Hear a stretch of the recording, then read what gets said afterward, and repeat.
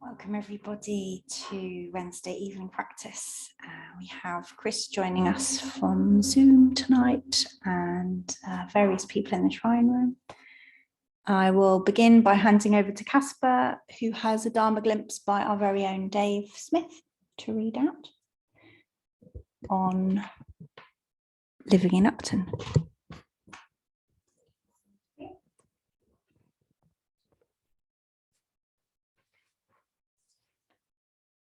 Dharma Glimpse from Upton by Dave Smith.